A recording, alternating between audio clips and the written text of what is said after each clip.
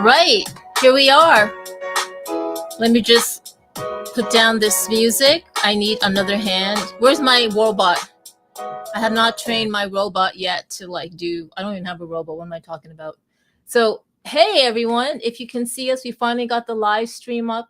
I am here with Hexadized, aka Charles Ledbetter, co-founder of AR Wonderland. I am also here with Rex Gatling, XR developer. If you have been following us since last year, you know that we started the Tech Talk Tuesday XR edition. Technically, it's supposed to be every third Tuesday of the month, but we know that some months have more than how many Tuesdays, and that this is one of them, but at least this is the second last Tuesday. We are really all here, happy that you could be with us. I am right now looking at the X space, and we have shout out to Vanessa, VXAI, Robert Oz, and Matt. Thank you for joining. If you can, do share out the space. People do know, but you know what? It was crazy. Before we get into the crazy of yesterday, I need to say that where is it? Where is that little note that I need to read? And here it is. I do need to say that. Where is it? Where is it? This program's content does not necessarily represent the views of Metaverse Radio and is for entertainment only. I hope you guys are entertained. I really do. It is not legal, medical, financial, or investment advice. The hosts, guest speakers, artists, and other collaborators may have personal or financial interests in the subjects they discuss, so please critically assess the information presented. Not all content is appropriate for all ages, and I definitely can attest to that because you never know what my mouth ends up saying. So please, listener discretion is advised. So now that we got that out of the way, we have the space. We have the space open. We have the multi-stream. You see 3 panels of faces, well, minus 1, and there they are. Guys, how is everyone? Doing good. Doing good? We're good. You survived. You survived yesterday. You survived. Yeah, it's a weird year. Yeah. 100%. Nah. Yesterday was, just yesterday. Okay, that's funny. I want to ask the people in the spaces if they can actually hear. Well, actually, they probably could see you, duh. But can you hear Hex and Rex? Can you guys say something? Hi, Rex. Hey, Hex, how you doing, man? What's up? Living my best life. I'm looking forward to hearing from you today because we haven't really talked since the New York mesh map thing, and you're in the videos. Yeah. And I want because everybody's walking around with a HoloLens and stuff so. I mean, I know that I'm looking forward to hearing what you guys say today because there's been a lot has happened, right? It's CES has happened, but yeah, I'll stop because you have all the juice this week, so I'm just gonna be here and just chill. Yeah. Well, with mesh map, first mesh map is cool. I would say they're way ahead of their time. In terms of AR, it's amazing because they mapped the entire park, Central Park. They were able to map it to where now you're able to actually enjoy an app that's location specific, and it was just amazing. I mean, I've seen them do it at Union Square, but the fact they were able to do it at a park like Central Park was amazing. Man, I actually have that app on my Magic Leap glasses. It's amazing. But I would say in bigger news, in terms of CES, the biggest part of that announcement with CES is that it looks like glasses is on the agenda. It looks like now, everybody's kind of just playing catch up, making a headset, but you can kind of see the emphasis has been on glasses. Samsung has made it clear that's where they're going. Even Nvidia definitely just announced a few days before they're going to have their glasses coming out. There's another one. Rayneo. Rayneo partnered with a company, Mudra Band, the wristbands that you're able to control your phones with. As you saw with Orion glasses, they give you that wristband to be able to control the apps using the Orion glasses. So Rayneo kind of saw that Mudra Band was going that direction, and they just partnered with them to kind of bridge that gap. But pretty much my overall just synopsis of CES is that Glasses is definitely on the agenda. I think Android XR is what helped kind of make people go like, okay, this is something we need to do like today. I think the headset is great. I think everybody's putting out their headsets and everything because they're just trying to play catch up to Meta. But they pretty much see the long-term benefits in glasses. Wow, that's insane. What are you most excited for in 2025 in terms of XR? Rex, or Hex? AI. Interestingly enough, AI, how AI kind of merges with XR, because the interesting part about it is that AI, in a sense, kind of falls under the umbrella of XR in a way. It's starting to become that, and I'll tell you why. Because a lot of applications are being powered by AI, where a lot of the heavy lifting that we used to do in terms of user logins, tracking user data, using user data to make a better experience. I think AI, because we have that now, is now a way where you have to have it in your apps now. You can't build an app now without some form of AI, whether it's an NPC or like an assistant.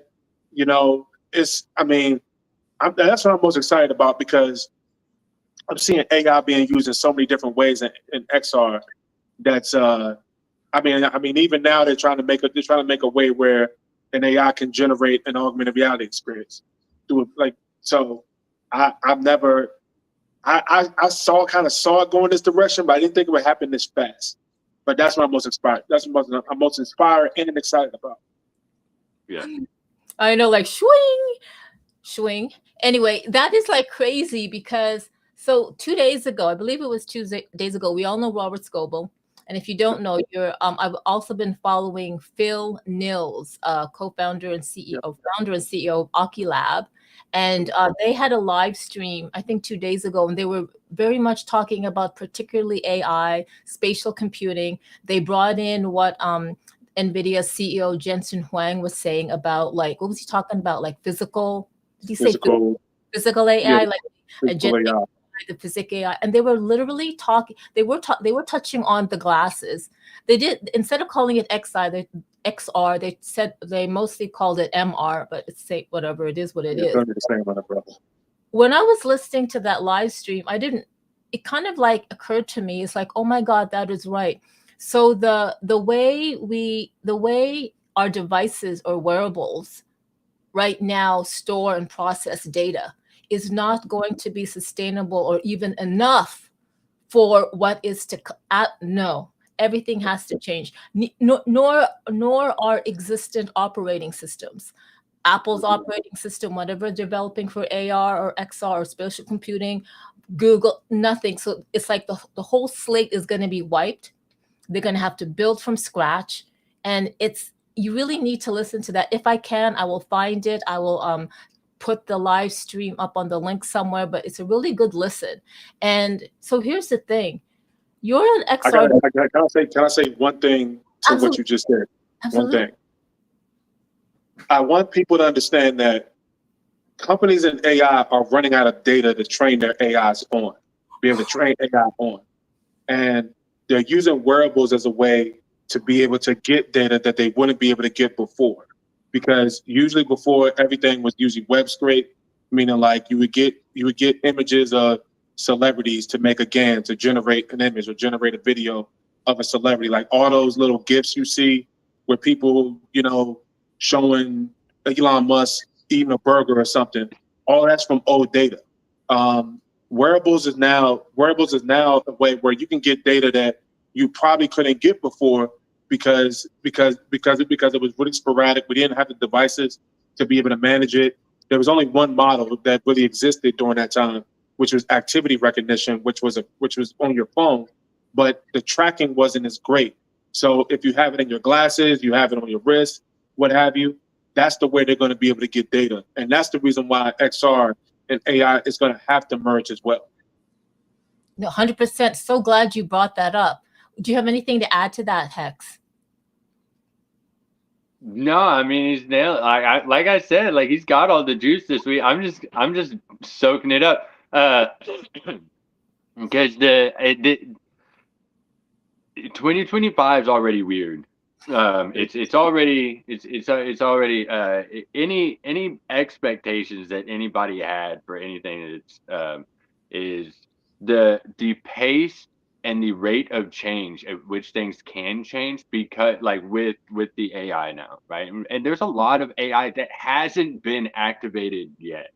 The the real swarms that those are it's just about like I have no expectations of what's coming out of this year, because I don't like because the rate at which things are going to change, it could be exponential. um and the gaps between between like who can do things and who can't do things is going to be so like as open as like, oh, everybody has access to AI. That, like you're saying, there's going to be to come that point. Like, okay, but how much can you actually store? How much Yep. can you actually manage, right? And so if I can handle so much more than you can, well then and then you start bringing like the quantum computers that are actually already here. Oh, yeah. So you got Oh, oh, what's his name? Eduardo Miranda, right? Who's that's got the right. Yeah. biocomputing Yep. out. Okay. Where his whole computer is a living thing, and it's this whole symphony, and you can watch it live. But but that right there, making music on the spot live with live instruments, where the computer's making the instruments, I mean, making the music by itself, and it's doing it with Speaking of live. quantum, I'm Go about to ahead. show y'all I'm about to show y'all a good book that Yeah. if you're interested in learning anything about quantum machine learning, I've already went through it a little bit.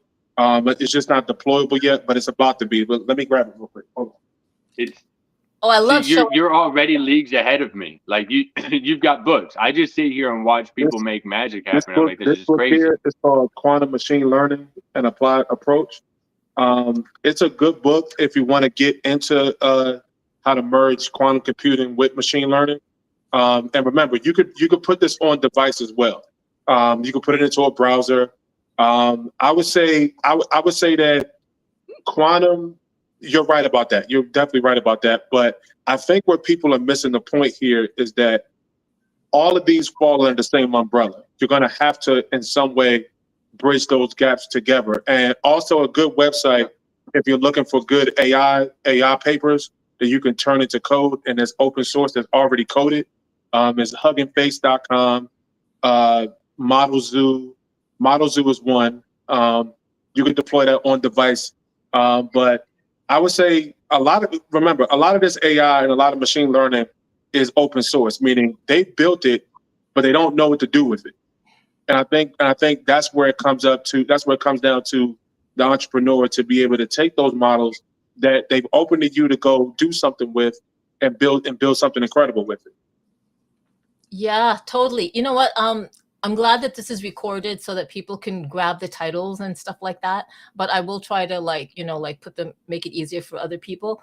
What you said, Rex, about AI models are actually running out of data, and that's where the wearables come in. That is really true, because can you imagine? So the wearables are going to kind of like be that intersect to gather more data, but physical data. We're talking about location-based physical data. Now, think of the implications, because that needs to happen if AI and XR or the future is going to go where it is going anyway. But think of all the kerfuffle, because people are already concerned about this whole privacy issue, especially with Ray-Ban Meta glasses. People are walking around, that Ray-Bans have that sensor when the camera's on, so people don't want to like people have this uncomfortability about people being videotaped or being recorded, even if they're part of like a TikTok or Instagram, video. But still, they know that is data captured. People are going to have to be comfortable with that. And here's the thing, it's a growing pain. If we remember back in the day before the internet, there was all these levels of uncomfortabilities that people have to get over. Like people weren't comfortable with credit cards. What is this plastic thing? What do you mean I can like charge and pay something, right? And then online payment. Like we know this. Hex, you mentioned this. Rex, you mentioned this. And yet again, here's another we're crossing that bridge where this uncomfortability is soon going to become part of everyday life. Just like people didn't agree with everybody having smartphones and 9-year-olds.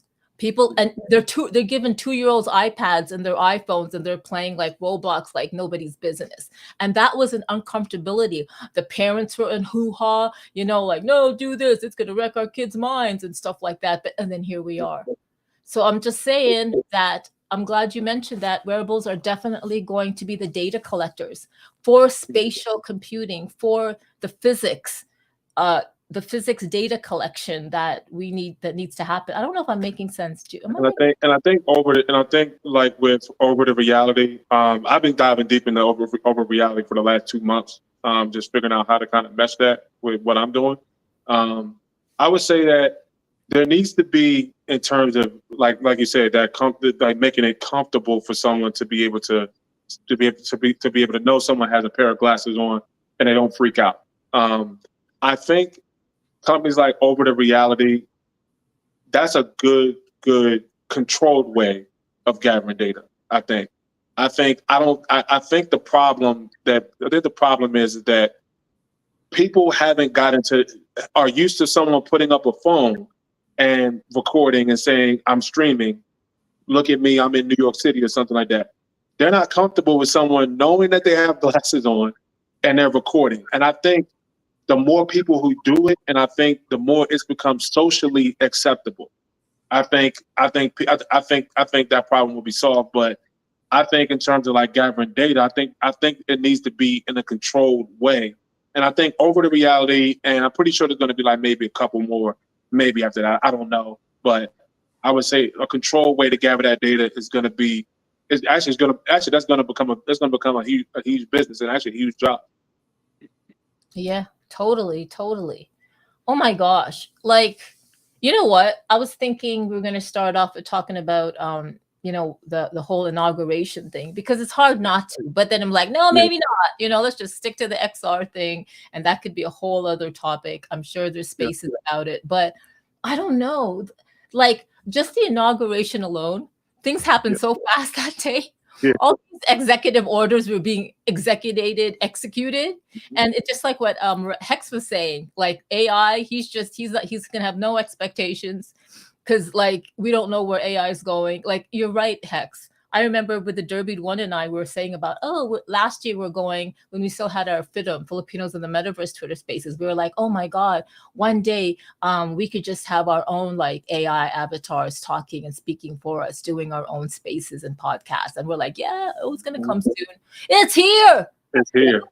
Last year, early end of last year. What the hell, man? It is like if you go to on January 30th, they're having a closed meeting about AI with Sam Altman.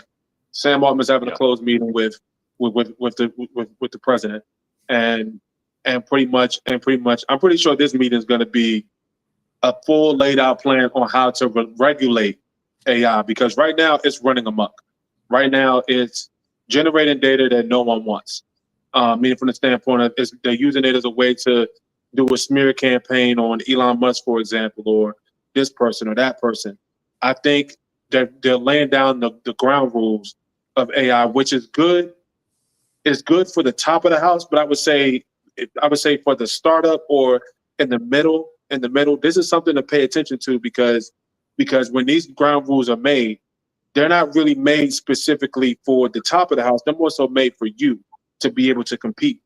And I think it's good. I think it's good because there has to be some laws in place. But I would also say, I hope this administration finds a way to make it fair. I understand the ground rules. The playing field is not going to always be 100% fair. But I would say make it fair enough where a small player or a middle market player who has an app idea for AI be able to compete. That's just what I hope. No, good point. When that meeting happens on January 30th, and if so, Saul Altman and the team are going to sort of like lay out the ethical ground rules. Like, everybody's got to be on the same page, because ChatGPT or OpenAI does not, hold the be all and end all. There's so many other things going on. So it's still not for profit. And remember, they're still not for profit, and and people are fighting so hard to make sure they stay not for profit, because if they become for profit, the structure they are now, they're going to be. I don't like to make a blanket statement like this, but I kind of have to. I kind of have to. I would think to me, they would be comparable to an Nvidia. That's what I think. If they go for profit, they're comparable to that. Yeah. Because think about it. You don't search no more. You ask Chat GPT. You don't search no more for answers. You ask Chat GPT to give you the answer. That has become the now social norm, where the average person who's trying to go look for something, besides looking for something, they're getting the answer to what they're looking for. If that makes sense. No, 100%. Now take it to the next level when wearables become part of the equation. Oh, man. And instead of asking the AI agent embedded in or whatever wearable or whatever you're using, it's not even, you don't even need to ask it. It will already know what to tell you. It like let's say you're going to Walt Disney, I don't know, like you're driving and they already know the path. It'll tell you, here's the thing, your gas is, I don't know, like your gas is running out, or you haven't took a sip of water in a while, you're getting dehydrated, it's time to drink, or like it's going to tell you, it's going to feed you information instead of you. That's incredible. Like that's the part that I'm excited about. But in terms of getting there, there's a whole lot of data collection. There's a whole lot of processing software. It's so much you have to get from that to make that happen. Yeah, because all of this data cannot be stored in the cloud. Absolutely not, because of that whole latent. So no, we're talking about a whole new kind of technology. I don't know if the aliens are going to come and help us. I don't know if it's already here and the government's going to say, all right, we've had this all along. I think humanity. I know I'm going through the conspiracy theory thing, and here you go.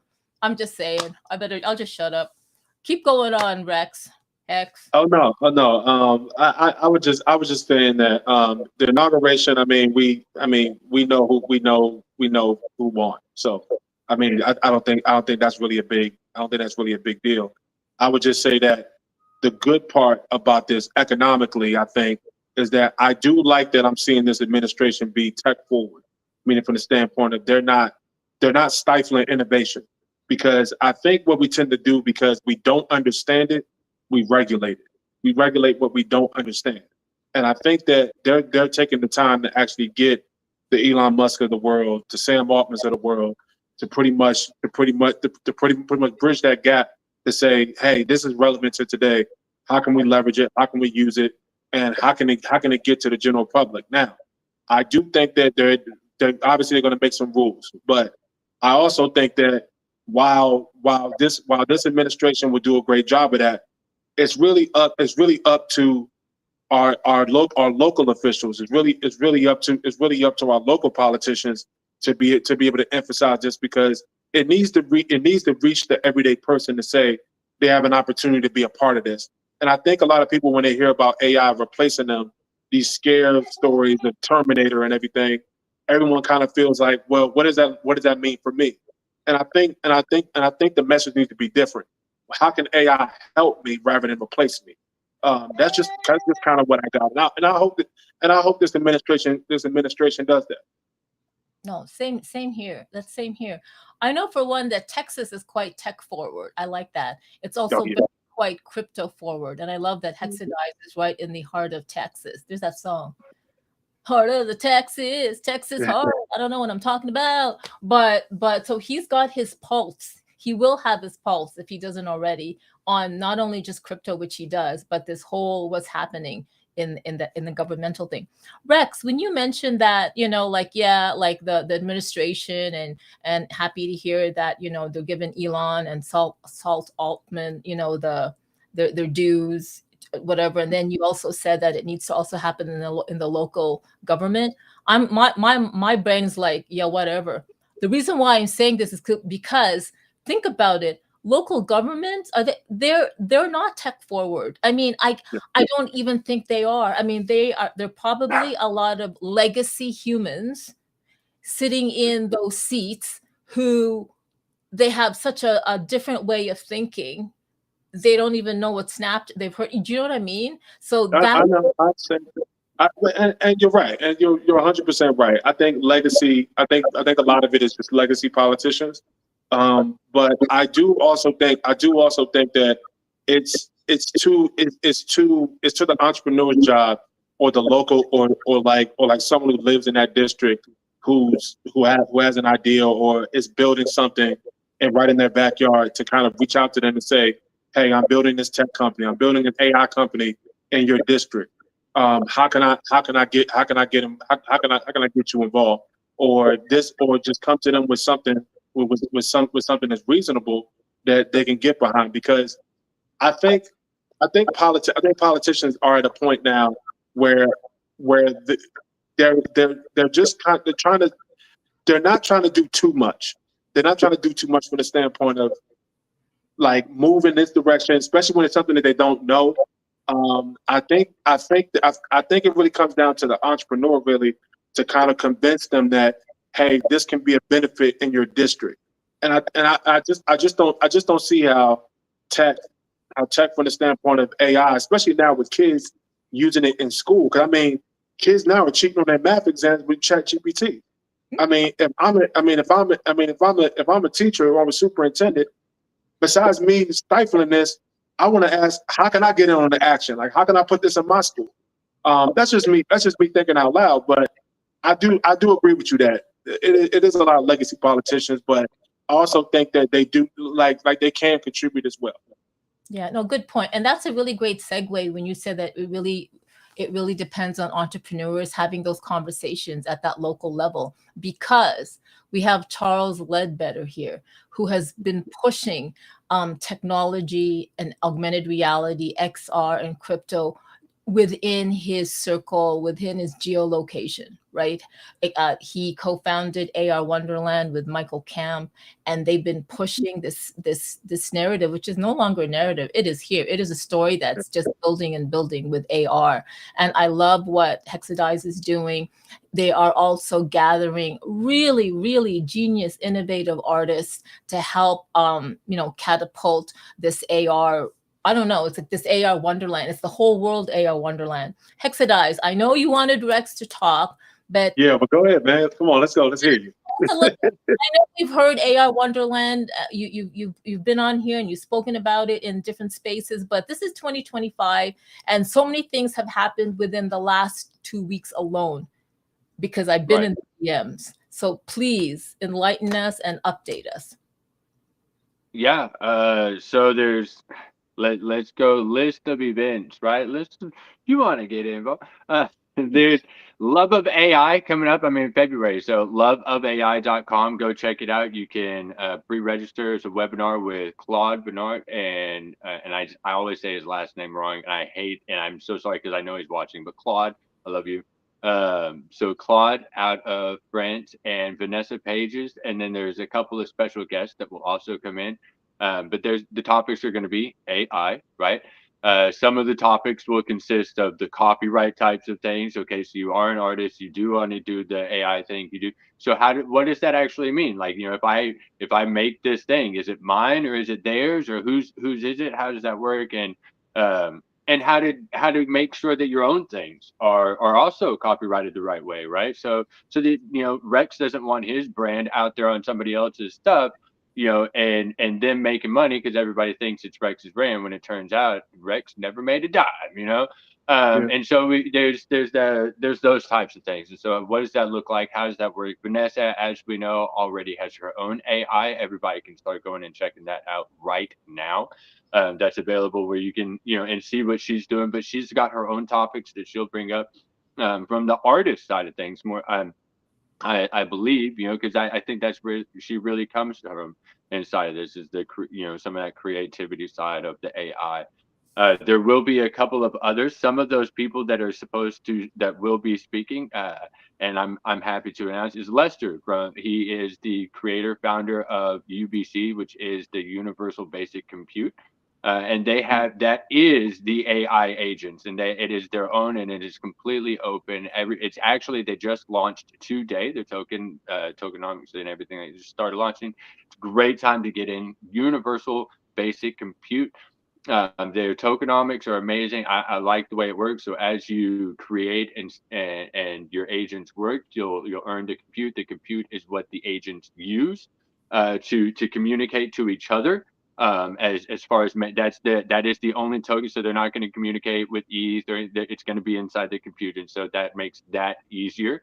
But then as those transactions happen and they go and do other things, they're actually going to have today, I believe, inside of their spaces where you can watch them with their live ROI, right? So watching the system and how things work and everything like that. So the swarms are live. You can go in and play. It's pretty amazing. I've been a fan of Lester anyways for several years, or for a few years. Okay. But watching them develop this AI system for the last 3 years has been really cool. So watching it come and it actually works.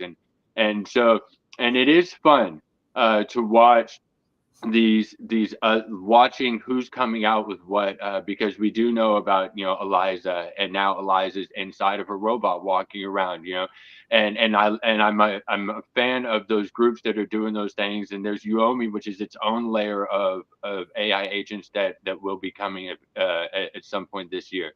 But it's fun seeing these groups that they didn't go in with the companies. They did not build it for the big brands. They did not build it for the shops. They built it for the people. And so, which is different.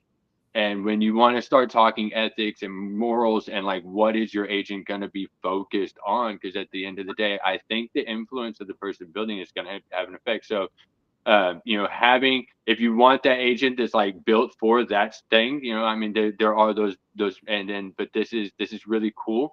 They've already got books published on Amazon, so I'm excited for them. But they're one of they will be one of the speakers at Love of AI. So it is a limited space webinar. But you'll be able to hear from some of these other people. I believe there's going to be a couple other people on the panel as well. But that's coming up. Then we've got the ETH Denver, South by Southwest, and everything like that. So there's a sign-up form right now for augmented reality artists that want to exhibit. We're on the SUPAR Saturdays. We're going through each platform, kind of just one by one, where we will be, and just we're not doing deep dives. We're not saying this is why it's better than this one. That's not what we're doing. All we're doing is just putting the content out there, and then you can choose wherever you want to do. Like, because we're here for we're not here for the platform. We're here because we're where we want to be, right? It's kind of like I'll shop at Walmart and Kroger in the same day. You know what I mean? Like, what are they gonna do? And so I'll do the same thing with my AR platforms, right? I'll go over on Over the Reality. I'll go over on Spheroid. I'll go check out Illust. I'll check out wherever else that everybody is. So this Saturday we're gonna look at Illust. Illust.space. You can go ahead and take a look at that as well.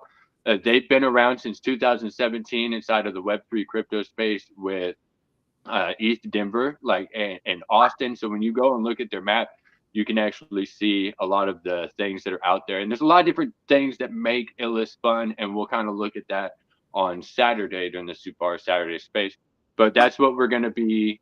So when we go to ETH Denver, when we go to South by Southwest, when we come back up here to Dallas for the Dallas Fashion Week and everything else, right? So those are the platforms we'll be on. So if you're a creator, you're an artist, you want to be on display, you can put your own stuff out there. You don't have to do it with us. We're going to be on the app. We're going to look at it anyways. But if you want to be inside of the exhibition itself and be a part of that, again, there are limited spaces. So go ahead, please get inside the registration form so we can have that together, right? Because it's coming to, it is different. You can do your own thing, or you can be at the party with everybody else. It's up to you.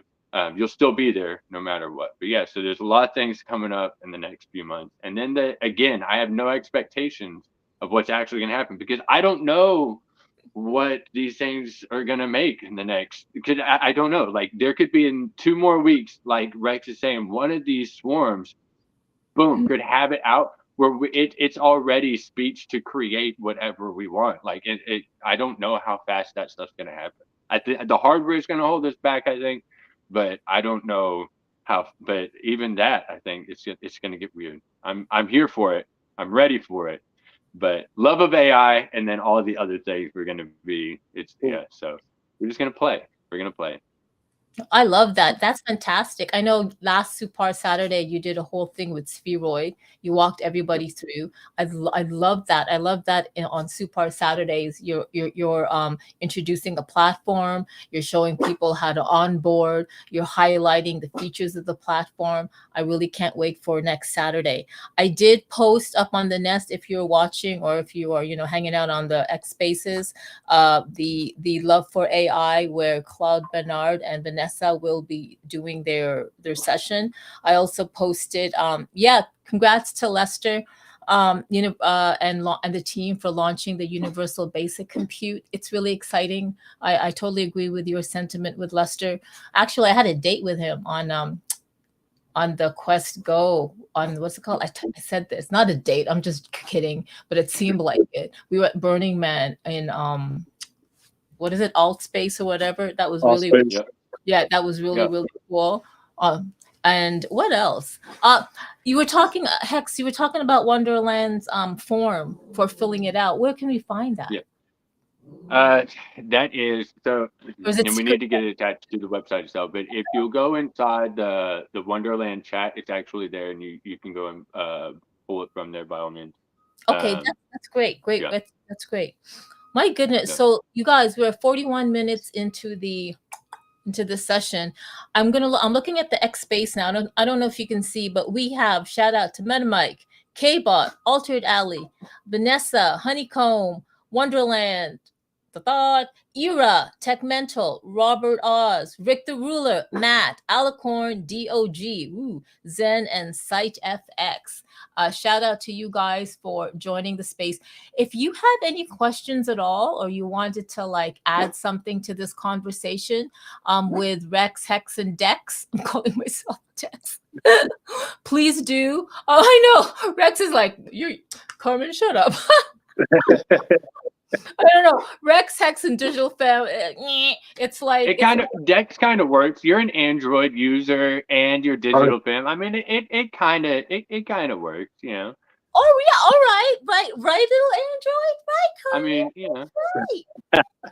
That's right. Remember when you used to love me and take me everywhere, and now you're an iPhone girl? What the fuck? Don't worry, Android's still in my heart. Shh. Anyway, if anybody wants to ask a question, raise your hand. I'll send you up here, and by sending you up here, I'll you have the keys to the speaker stage. We do want to share what you want to. I'm curious for you guys to add to the conversation. I really, really am. I'm just so glad that I get to speak with Hexadized and Rexadized. I don't know, guys. You like that? You like that? I like it. So while I got the chance, Rex. Yep. So out on Instagram and here, you're more than Rex. You've got a whole company, and I don't know that everybody actually understands that you're not just Rex, the guy that has the snap lenses, the hollow lenses, the X Reels, and the Ray-Bans, and the Netabands, and the Now you're not just the guy that develops for all the classes. Like you have a whole company. You have a whole brand. Right, that you do develop, and you can do this for anybody. Yep. You could have done what MeshMap does. You could have done that realistically. At the end of you could have, if you had gotten the same funding, you could have done it. You and your brother could have done the same part the same way, and not what they did. I'm just saying, but you have the skill set to do that. Where do people find your company and your brand to be able to do that? Because I mean, I could reach out to just Rex, right? But if I wanted to really start getting into it, because you have apps in the App Store, if somebody wanted their own app, right? Can they do that? What does that look like? And are you comfortable saying numbers here live? It's $15,000 to have a white labeled Like you want to just a basic like Flappy Bird style white label thing. It's $15,000 to get it inside the HoloLens or whatever. Yeah, Right? Was it? So that's a great question. So the best way to get in contact with me usually is through social, Instagram, LinkedIn specifically, and you'll find a document. It's called a game design document. It's a document that I go through in terms of understanding what you want to exactly build.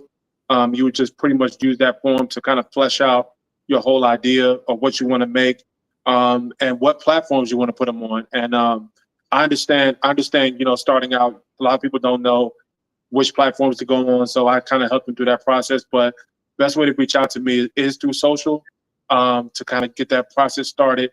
Now, in terms of numbers, it really does depend on the particular project, and what exactly that they're looking for. So I would prefer not to give an exact number, but I would say the range. I would say the range is between 7,000 to 15,000. That's usually the range. But it really depends on the complexity of the project. But we'll definitely help build your app, get it into all stores. And there's a lot of stores that a lot of people don't even know exist that you can monetize in right now. A lot of people don't know that. Rayneo has a store. You can get prepared for Android XR right now through the Google Play Store. Of course, Meta, Apple. You can and also Steam. So you can also put your apps on Steam as well. So it's a lot of outlets that you can monetize this right now. You don't have to wait for the Orion glasses. And I'm trying to emphasize that. Sorry to go on a tangent, but I'm trying to emphasize that to everybody, that to get with augmented reality glasses in terms of building something for it, you don't have to wait for the big companies to kind of get started. There's plenty of companies right now that allow you to do that. And I have a policy with what we do with your app. We build once, deploy everywhere. Meaning once we build it for one, it goes to every platform. But I could definitely build an app for someone who has an idea that wants to get into this space. That's perfect. So now I heard you say you've been looking at over the reality as well, right?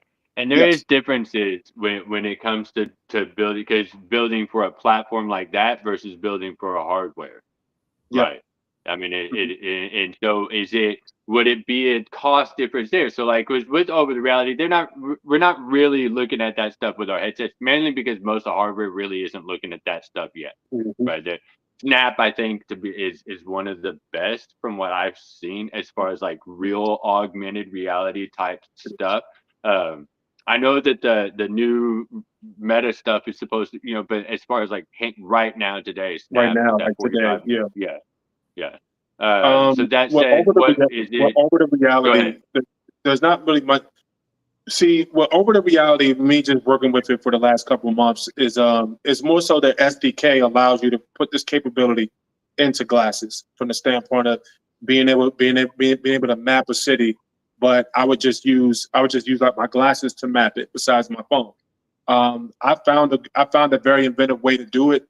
I'm not going to exactly show it yet, but I did find a way to actually do it in my glasses, using the SDK that they do have. So it's kind of similar to Niantic in a way too. It's very similar to Niantic the way I did it.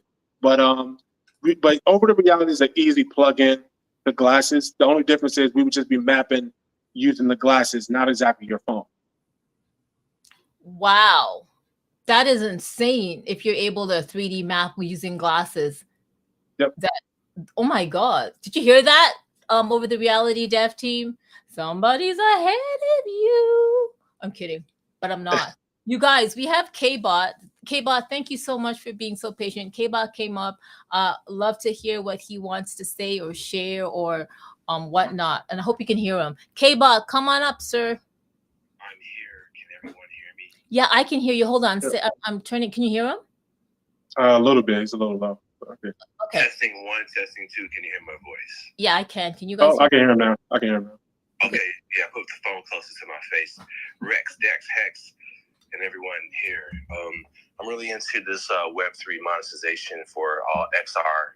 And my question is, do you guys see any kind of utility or future of placing real-time meme tokens inside of AR, XR, VR, metaverses. For example, if a token was launched right now, let's say, Ronald McDonald, just that's a bad one. Let's say Chuck E. Cheese launched the token right now, right? And, we just found out it just launched like 10 minutes ago. Do you guys see a future where, when you're out in the go and as the XR experience becomes more like real time, like, hey, everybody come here, like a social media community situation.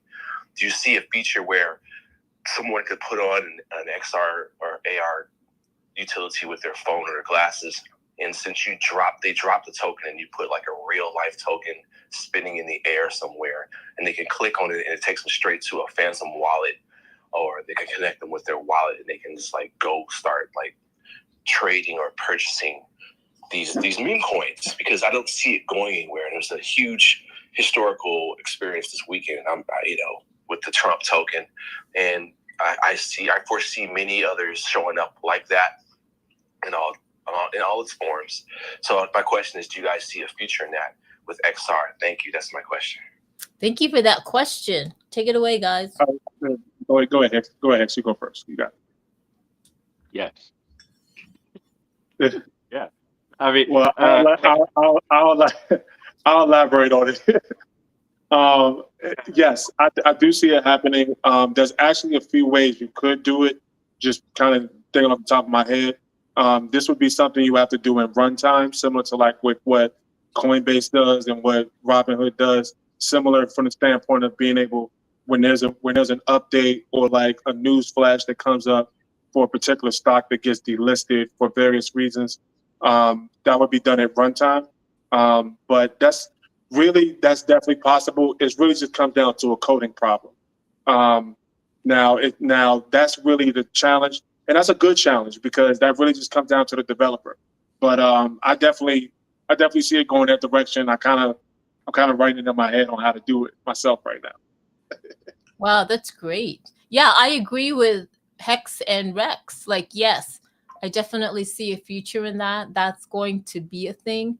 And what Rex said, it's just like a little bit of a programming kind of thing. But yeah, it's a programming problem. Yeah, he's working it out. It's a programming issue. That's programming issue. Resolved soon. K-Bot, did you like that? Yeah, I loved it. I have one more question, and I'll go back to listening.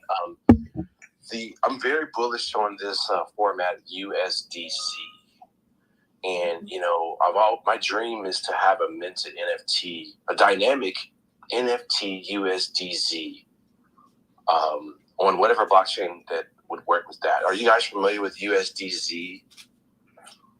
No. It's from Apple and Pixar. They developed this. It's like that. Yeah. I saw a news clipping about it, but I didn't really look too far into it. Yeah, elaborate. It's the file format. It's the file format, but it holds so much, right? Like it versus like just a simple. Yeah, there's more, and it's a little bit smaller. It's kind of like the way that Niantic and them have changed the splats from what they are. It's just the different file formats now, and so in US, it's cool. And so if I hear you right, like that's what the file format that you actually enjoy because of what you can do with it. Right. The USDZ, for those of you who want to get a refresher, it's like a wrapped file format that can contain MP3, MP4, JPEGs, GIFs, and so on and so forth. So if you want your digital asset to have glitter or smoke or fire, and it's all wrapped, it can move, and you can have images, and it's like a complex wrapped file format that I believe is, it's probably heavy, probably takes a lot of processing, but right now we're on the FBX and the GLBs, which are kind of like static. It's just your 3D asset is just one thing that just stands still. But USDZ is a moving wrapped asset, and I also think it could possibly solve some security issues. So it'll be very much harder to copy and steal something like that because you have so much going on with that thing. Okay, that's it. Thanks, everybody. No, thanks for bringing that up, K-Bot. USDZ, or if you're in Canada, USDZ. Thanks for bringing. Yeah, integrating something like that would be very interesting. I think just based on how you describe it, the most powerful device I think it would work for is a headset. If you're thinking about XR, it could work on an edge computer, meaning like a phone.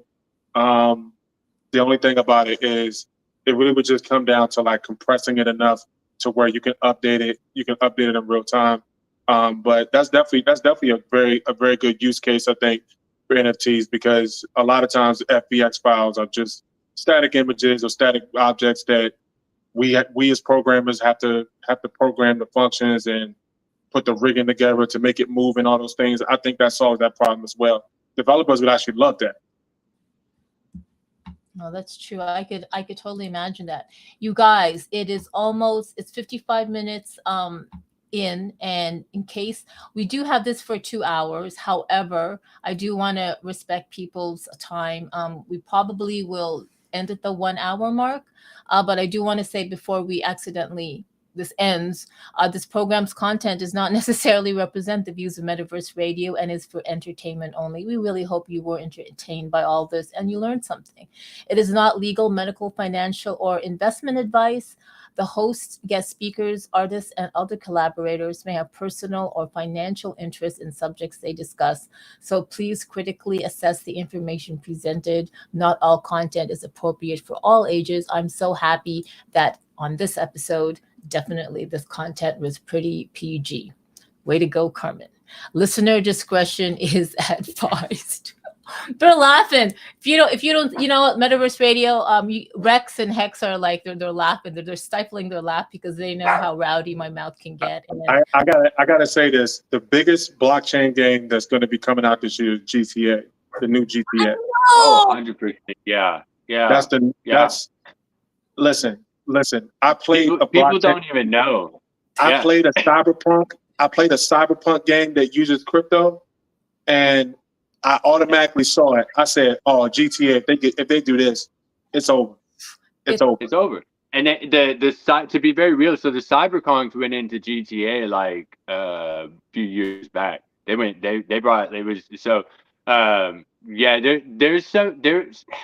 some of those first original some of the first original communities that got into this space, like they really did some things and they've been building, like they've actually been doing some things. There's some money. It's about to get fun. It's gonna be fun. It's gonna be fun. Think about it. People play that game literally years and years on end, like as if it's brand new. And I mean, you thought the last one had the world on lock for 8 years. This was going to have the world on lock for like 20, 30 years. Like AI. Do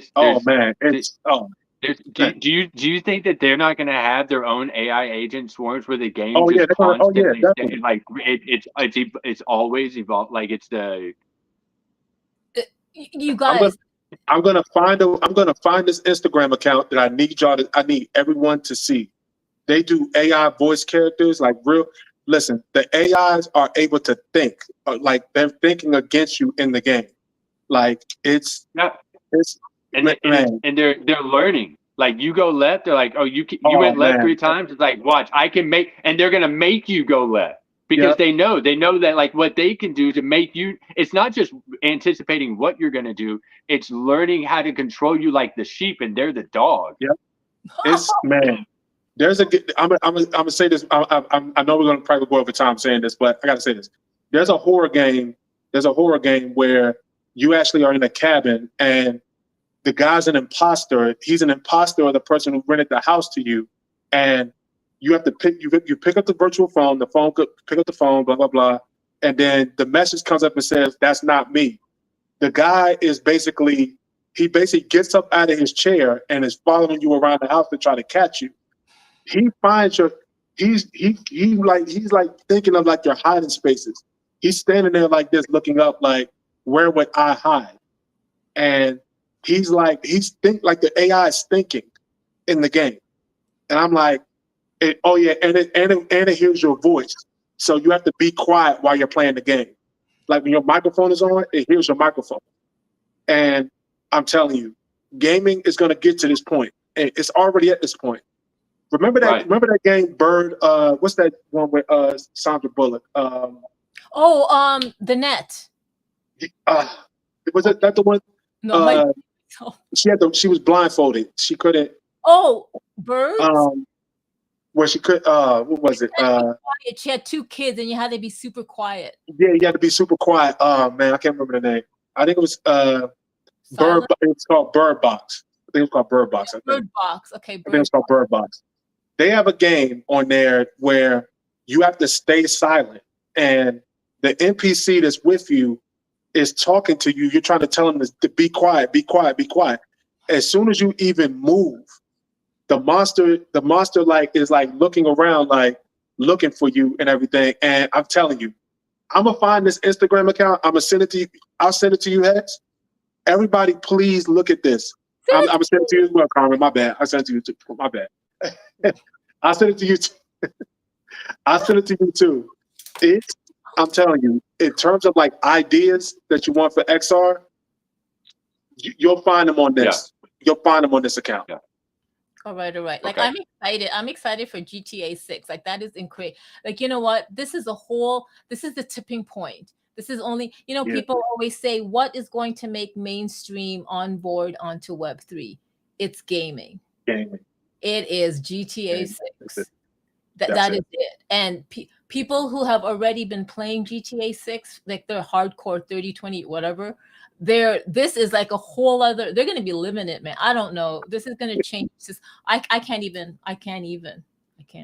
can't. Shoes, wearables, jackets, buying my shirt, buying the shirt.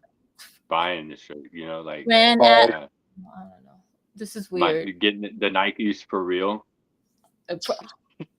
Hex. Don't discount that. No, yeah, Hex. No. Wait. You guys McLaren for real. I know. Hex. GTA 6 might be the platform that's gonna make me shut up about Second Life. You don't stop. Now you're 20 years deep into that game. You're not going to stop talking about Second Life. That's like stop talking about your first life. GTA will just be your third life. I'm always curious about Second Life. I was wondering, like, Second Life. When I first got into the space, that was like the first thing I heard. I think Second Life is good. It's not as bad as everybody makes it sound. It's not bad at all. No, it's not bad at all. It's just old. It's like talking about like your grandparents could have been like they are Pink Floyd. It doesn't matter. People like, but they're still like they're relevant today. It's like they're Pink Floyd. It's like, but I mean, are they cool? It's like, Pink Floyd is always cool. That's Second Life. Second Life is Pink Floyd of the metaverse. They're like it's Pink, but it's like, but are they relevant? It's like they're Pink Floyd. It's like Sims. Everything you do today has happened there first. It's like it's like Sims in 99, 2000. Yeah, okay. I better. Right. I love Sims. Oh my! How do they talk again? I'm excited about NPCs today. I know. Smart AI replace the NPC. If you got an NPC in the game, you don't even really need one anymore. That's true. NPCs today are smarter than humans. Most humans. I hope. Listen, I was hoping that day wouldn't come, but it might just be. It is. Okay, it's 3 minutes past the hour. You guys, thank you so much. I'm looking at the space. So if anybody else wants to say anything, 10 seconds, forever hold your peace. I hope everybody enjoyed it. Oh, wait a minute. Alex Damsker. Oh, no. You don't understand. Oh, my God.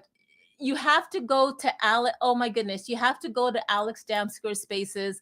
I am so excited that she is here. Alex, I'm going to have to bring you up. We are actually talking about XR and the future in 2025.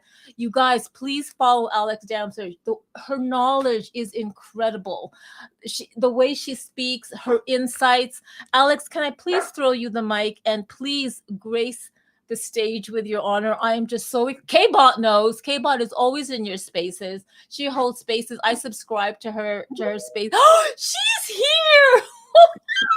Oh my god.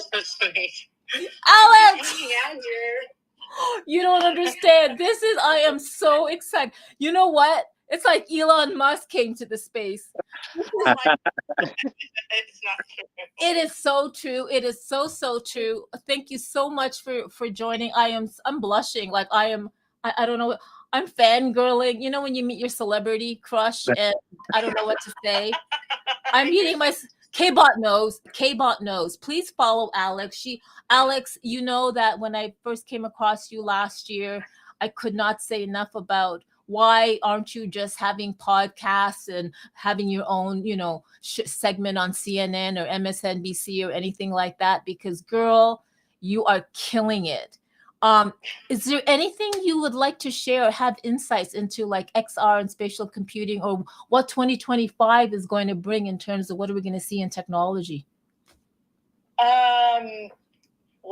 Well, there's a lot. First, I think we're moving into some really interesting advances. I don't know what you've covered, and so I don't want to cover anything that you've already talked about. Some of the really cool stuff. We should have my friend Dev on here, who does a lot in this space. If you do these things regularly, he's awesome about this stuff. But one of the things that I think is really cool is the moving farther than what Meta did with it, which is making what Meta did with Oculus, making any space a gaming space, right? Like figuring out exactly what obstacles exist in your space and then including them in your gaming space, and essentially moving beyond that, making mutual gaming spaces. So what I think we're going to be moving into is this idea of having interacting gaming spaces that connect like real world gaming spaces between universes, which is one of the things I think Meta is going to try and build out. And one of the things that I think that they're building with some of their tech is this idea of bridging these real world spaces, which has so many different, like there's so much that you can do with that. One is like, in real world situations, like let's say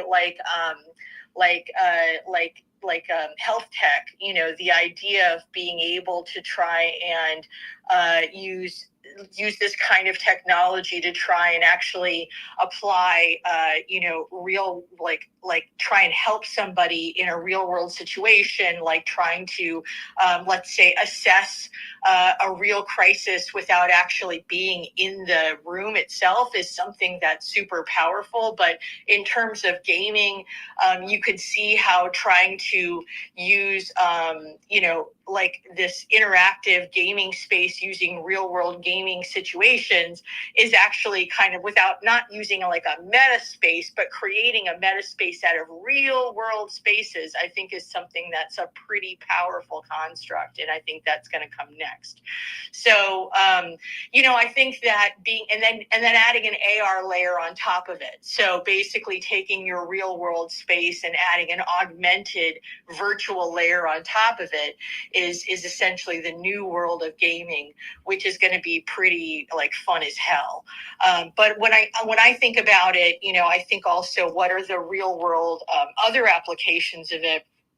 And you can think of also, simulations that you can run. For example, everything from how could I exist in another climate, or how do we terraform another world, or how would I try to deal with a situation without actually having to deal with the situation. So basically everything from flight simulators to being able to deal with emergency emergency situations to, being able to, do things like, interior design and things like that, like trying to redesign your room, right, without actually having to do anything, without actually having to move furniture, but doing real world things like that. There's just going to be, I have a sneeze. Excuse me. I actually sneezed. Usually it doesn't come out. When I'm on, like a chat. But you can just think of like the applications where, like, let's say you're talking to somebody who, and this is kind of what I think of as like a lower level use case for it, but a very broad application. But let's say you're talking to like a design expert, and they can have a simulation of your space and actually redesign it for you, and you can see the construct in your space. So I think a lot of this is the ability for people to actually see real world, like, reconstructed things, or for one person to be able to manipulate another person's space in real time. I think that is that's really the heart of what this new XR world is going to be, and you can see that in gaming and in all of these other use cases going forward. And I think that that's pretty remarkable. So that's kind of what I see as the future in this, and I don't know if it'll fully develop in 2025, but I do see, like, by 2027 that will be a reality. Wow. Thank you for sharing those insights. Now, I know you have your legal lawyer hat on. And earlier we were talking about wearables. And we were talking about how wearables will kind of like be the liaison for collecting physical data. Because apparently the current AI models are running out of data. So the next step is going to be wearables collecting like physical data in a spatial computing space. From a legal standpoint, can you kind of like foresee like like privacy and sure all that, but from a legal standpoint, can you kind of like talk about that, like how that's going to impact, like, I don't know, like people's privacy or whatever else? You know what I'm talking about, Alex? Yeah, so there's a lot of issues with wearables, and right now some of the big issues are ownership. So there's a lot of IP concerns in terms of who's invading what, because like a lot of the wearable data that people are collecting is actually owned by like med tech and things like that, like the data that people are wanting to acquire. So first, when I talk about the wall that's being hit of data, like med tech information, I don't know that people are going to want to give that up so freely. I wouldn't, right? Because that kind of information is that personal data is it can be used against you, right? I mean, that's the kind of stuff that you have to worry about, especially if you're concerned about, for example, like, the abortion rights issues, you don't want to give away any of the information about whether or not, you may or may not have had an abortion, right? Have you been pregnant? You're no longer pregnant. So there's all sorts of concerns, right, about giving away that medical data. I think that is a privacy issue. There are health issues and there are privacy issues. Now, the biggest one that I think the best use case for it, and like the more health tech issue, is going to be figuring out how to have people age in place, right? So not for LLMs, right, but for being able to collect data so that you can start having people be able to age in their homes, because right now the cost of care for people is excessively high. Most people can't afford the kind of care that they want to have. Most people, there's a huge aging population, and I don't think that the market for their houses is going to be it's the amount of people that are going to have money, that have to have money to buy all the houses that they need to sell for the price they need to sell it in order to be able to afford all of this very expensive, senior housing, like senior living, is going to tank the housing market, but also is there aren't enough people that can afford that kind of housing. There aren't enough people that got into the housing market early that have equity that can afford that kind of housing. So we have this gap in the housing market that's going to be a problem for all these people who want to sell. There's going to be this bump that's going to be a problem. So we're going to have this issue of housing that's going to develop. And one of the things that we can try and do to cover this gap, I think, is going to be all of this stuff that's going to try and monitor health in place so that people can be longer caregivers for spouses, and people can form adult groups of caregivers, essentially, so that adults can basically be joint caregivers of one another. And I think we're going to start seeing something of like social groups that are joint caregivers of one another, where they kind of keep an eye out for one another. And one of the things that they're going to have to do is start learning how to read health signs for one another, because people don't monitor their own health very well, but they can learn to monitor the health of someone else fairly well. So essentially, they're going to have to get easy to read health monitoring systems for other people, and then look in on their neighbors, et cetera, and say, hey, that, you've been falling X number of times, or, these many things have been forgotten, or you haven't come home, or things like that. Like, there's going to have to be these kind of communal care systems. And I think wearables are going to play a huge role in that. And that's going to be essentially like the communal check-in system for people. So it's going to be a combination of like easy readers plus wearables plus some sort of like dispatching system that is able to bring in first responders and things like that. And I think that's going to be a gap filler for a little bit. Wow. I love that you brought in the med tech and the healthcare industry, because it's not something that a lot of people talk about when they think about wearables. Although there are, that, what is it? People wear that necklace and it's like, help, I've fallen, I can't get up kind of alert. Right. That's kind of like the first one, but you've actually taken it and you've laid out a whole business healthcare use case where people can totally get behind med tech companies, healthcare systems and hospitals, families and communities. And I really like that you brought that into this thing, because a lot of our spaces is very tech centric. It's wearables, it's spatial computing and stuff like that. We've never really, I don't think, touched upon the reality of something that happens every day, which health impacts everyone. Aging impacts everyone. Those huge issues. I love that you brought that up into this conversation. Thank you so much. My goodness, I have so many questions. You know what? I just want to ask you, what made you saunter into this space? Literally, I saw that you had one. I'm not usually available at this time, but I was, and I saw you had one. And so I was like, hey, I'm going to check out your space. So you can always post it in the chat. You're in our back chat, and you can always post that you have a space. I'm always going to try and jump in for our community. So I'm happy that you have one, and I'm here. So I didn't know you held one. So that's really why I'm here.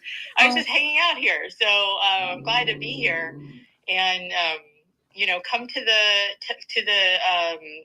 Unfiltered Founders tonight.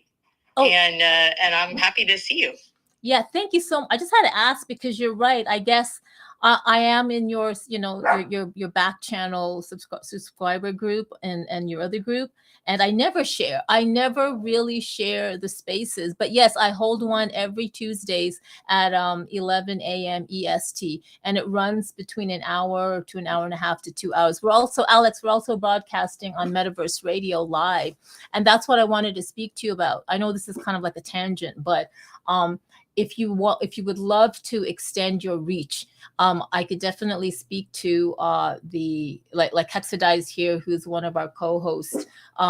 We could definitely speak to Fred and the team. They're out in Chi-Town, Chicago, and it would be great to get you a spot. And basically it would be either separate from your usual spaces. I don't know. That could be something we can discuss in the back channel. But I'm just so happy that you're here. Like, honestly, you've made my 2025. You guys, you just don't know. Like, Alex is my Elon. I'm not kissing ass. I'm not kissing ass. You know, when I first met you, you know what I said to you on DMs. You know what I posted prior to finding out about your spaces. So this is like just consistent with how I've been feeling all along. I just need people to know that you really need to follow Alex, because the breadth of information and insights that she gives into probably any topic, you really is incredible. And not only that, but she can go against the big whale boys, right? So much so that I've been into spaces where kind of like, I'm just going to say this, sometimes they feel intimidated and they don't know what to say, so they always find a way to, like, I don't know, like whatever. I won't go there, but I love it because she's such a strong female representation, not just in Web3, but in so many other avenues. And I could just go on and on. But yeah, Alex, you've really made my 2025. Like I said, this is like the Elon Musk coming onto my space. And if Elon Musk did come in, I'd go, yeah, okay, hi, Elon. But I would have preferred you to join. And I'm so glad you're here. I'll just shut up now, guys. I'll just shut up. If anybody wants to ask, Rex, first of all, I have to say, I know I said this was only going to be an hour. Are you still okay to hang out? I actually have to go. I have to jump on. Okay. Thank you so much for joining. Hex, are you still okay to hang out? I'm with Rex. All right. Work calls. It's that time to, like I said, 2025 is gonna move fast. Like, there's no time to sleep now. Like we're not racing people anymore. No, you're not racing. Okay. So here's the thing. We're gonna close out the space, but before we do, Rex, Hex, and Alex. Oh my God, Rex, Hex, and Alex. My goodness, this is fantastic.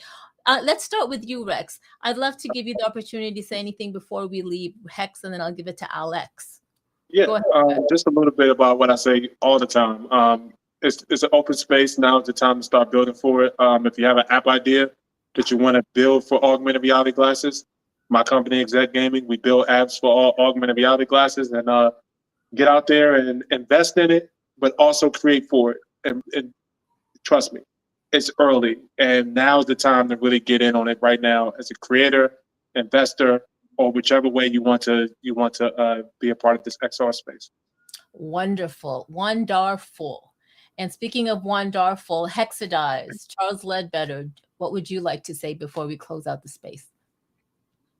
Call that guy right there for any of your needs in your AR XR glasses. And yeah, just like, we'll be back tomorrow with Winning Wednesdays, where we're gonna talk. We're gonna win. We might just talk about some games. We're gonna explore some metaverse stuff and see what's going on. Same time, same place, same bat, same channel. So, and then Super Saturdays. Check us out with illest.space if you want to get a head start on where we're gonna be and putting stuff out in the world. Illest.space. That's it. You know, now I'm excited for next month. Next month's gonna be fun. It's gonna be fun. But yeah, let's do it. Next month. Sure. You heard that, guys. Winning Wednesdays with Hexadize, and we're winning the winning team at 10 a.m. Central Standard Time or 11 a.m. Eastern Standard Time. Alex, please do the honors. And if you'd like to share anything, maybe, like any upcoming spaces that you have, please do before we close out the space. Sure. So tonight at 6:30, I have the Unfiltered Founders. You can ask any question that you want about your startup, your project, blockchain, AI, tech, consumer products, whatever you got. We'll answer live. You can ask anonymously any kind of question that you have. And tomorrow, I think I have the space on, I got to check actually what that is, but it's on my timeline. I got the space on the SEC v Coinbase. there's big issues on both sides if you guys want to hear that breakdown. And I'm doing also the space on net neutrality, I think, this week. So lots of stuff going on. It affects anybody who deals with the internet at all. You got to know what's going on with net neutrality. So those are the spaces that I have going on. And then, of course, I do my pitch space with investors on Sundays at 11 a.m. Pacific. Unless, my house has got a lot of screwing around, in which case I open it up a little later, like what happened this past week. I mean, that was kind of a mess, but it still happened. It was good. So anyway, that's what happens in my spaces. Just check out, if you follow me, you'll see what I post, and you can always just look on the timeline. It shows what spaces I'm having. And I'm doing the IRS thing for if you're doing anything dealing with blockchain. IRS came out with some regs. It's going to change your build. You got to change your build now. It's going to impact you. I'm going to do that on LinkedIn. If you missed it on Twitter, I'm going to do it on LinkedIn. So you can catch that one, and I tell you exactly how to change it. Like I tell you everything. I'm not like hire me to change stuff, because I don't really. Look, I'm just going to tell you what to do. So just come to those things, and I will tell you straight out how to read these laws, because you should know how to read them. Don't get someone else's rando opinion, which is probably derived from someone else's rando opinion, who's derived from someone else's rando opinion, none of whom have actually read the law. It's really important to learn how to read these things. Okay. Anyway, the end. No. Great seeing you. Yeah, great seeing you, great hearing you. And guys, this is why it's so important to follow Alex and really enter her spaces, because anything that's happening on a governmental level that's impacting our privacy, the way we where our money is going, anything, she really breaks it down. She breaks it down in layman's terms, where you can understand. There's opportunity to ask questions. It is so fantastic. It's ridiculous. I did pin the founder space up on the Nest for those of you following or hanging out in the X spaces. I also pinned her security space. Please, if you want to learn or just enlighten yourself or just sit and just be in awe, please follow Alex and please join her space, and please feel free to subscribe. There's a lot of things in the back channels if you subscribe to her account, and she does a lot more for her subscriber list. Anyway, I'm looking at the room. Hex, Rex, Alex, thank you so much for joining. I want to do a shout out to LM Designs. I see you, girl. K-Bot, thank you for joining and bringing up what you did with USDZ. Thank you so much. I see you, Altered, Honeycomb, One Darland, Era, Techmental, Robert, Virtual X, Rick the Ruler, VM, Cirrus XR, Strawberry, Alicorn, Moonstruck, Anna, 47 Agent, Joseph, Kina, OD, Jovac, Soilus, Abe, Rove, Uncle, Mayor, and Site FX. Thank you so much for closing out Tech Talk Tuesday. I am a happy camper because you know why. My favorite gal came on. I have many favorite gals, okay? I'm just going to say. So Alex is just one of them. Like, all right. Thank you so much for joining. We are here on Metaverse Radio. We're really ending this. This program's content does not necessarily represent the views of Metaverse Radio and is for entertainment only. It is not legal, medical, financial, or investment advice. The hosts, guest speakers, artists, and other collaborators may have personal or financial interest in the subjects they discuss.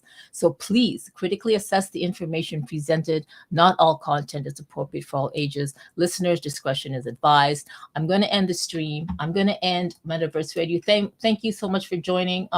Fred and the team at Chi-Town, thank you for the opportunity. We're going to end Metaverse Radio now. How do I end it? Let us end it now.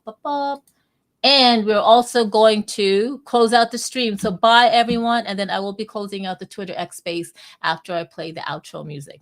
Rex, Hex, thank you so much for joining. And Alex, I am so excited that you came onto the space. Everybody have a great rest of your week and see you next Tuesday. Bye-bye. Bye.